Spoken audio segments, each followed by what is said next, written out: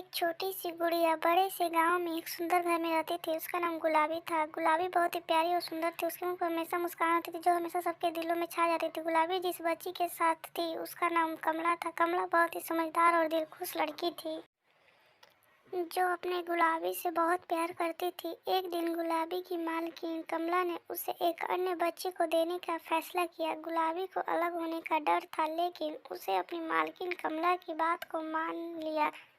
कमला ने सोचा कि गुलाबी की ज़रूरत अब यहाँ नहीं है, उसे किसी ज़रूरतमंद को देना चाहिए ताकि उसका भी मन बाला रहे, वो भी इससे खेल सके और अपने जीवन में भी खुश रह सके। यह सोचकर उसने गुलाबी को किसी को देने का फैसला लिया और उसका फैसला यह सुन गुलाबी चौंक गई और उसे गुलाबी को लेकर जा ही रही थी। उसने गुलाबी को उठाया और उसे लेकर जाने लगी किसी और बच्चे को देने के लिए। तभी उसने एक छोटे से गांव खिलौने को छोटे से बच्चे को दे दिया जहां गुलाबी को एक लड़के की उसकी आवश्यकता थी। उसके पास गरीब परिवार से था, उसके पास कुछ नहीं था, खेलने को हमेशा उदास रहता था सिवाय उसके सपने के। उसके पास कुछ नहीं था। कमला ने देखा कि मोहन के पास खिलौना नहीं है तो उसने सोचा कि मुझे गुलाबी को मोहन को सौंप देनी चाहिए।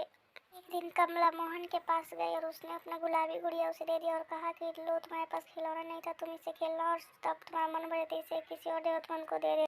मोहन गुलाबी को घर लाया और धीरे धीरे उसका और गुलाबी का गहरा संबंध बन गया। वो दोनों साथ में खेलते और खुश रहते। मोहन गुलाबी की ओर देखा और सोचा कि वह भी किसी की खुशी का हिस्सा बन सकता है। उसने तय किया कि वो बड़ा होकर खिलौने की फैक्ट्री खोले। अपने सपने को पूरा करने के लिए एक दिन रात मेहनत की। उसकी लगन और उम्मीद ने उसके लक्ष्य की दिशा में आगे बढ़ने में मदद की। बड़ा होकर मोहन ने गुड़िया बनाने वाली कंपनी खोली जहां तरह तरह की गुड़िया बनाई जाती है। मोहन की इस कंपनी की वजह से काफी लोगों को रोजगार मिला और गांव के सभी लोग खुश रहने लगे। बड़ों को उसका रोजगार मिला और छोटे को खेलने के लिए खिलौना मिला, जिस वजह से गांव की गरीबी दूर हो गई और सभी लोग खुशी खुशी रहने लगे। यह सब देख गुलाबी ने देखा कि उसके छोटे साथी कठिन परिश्रम और से अपने सपने को पूरा किया।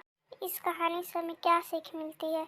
इस कहानी से हमें यह सीखने को मिलता है कि जिंदगी के हर कठिनाई का सामना करने के लिए हमें अपने सपनों की ओर बढ़ने की हिम्मत और साहस रखने की आवश्यकता है। हमें दूसरों का साथ देने और प्रेम करने की क्षमता रखनी चाहिए क्योंकि साथ मिलकर हम अपने लक्ष्य को हासिल कर सकते हैं और एक साथ में ही बेहतर समाज बना सकते हैं। धन्यवाद।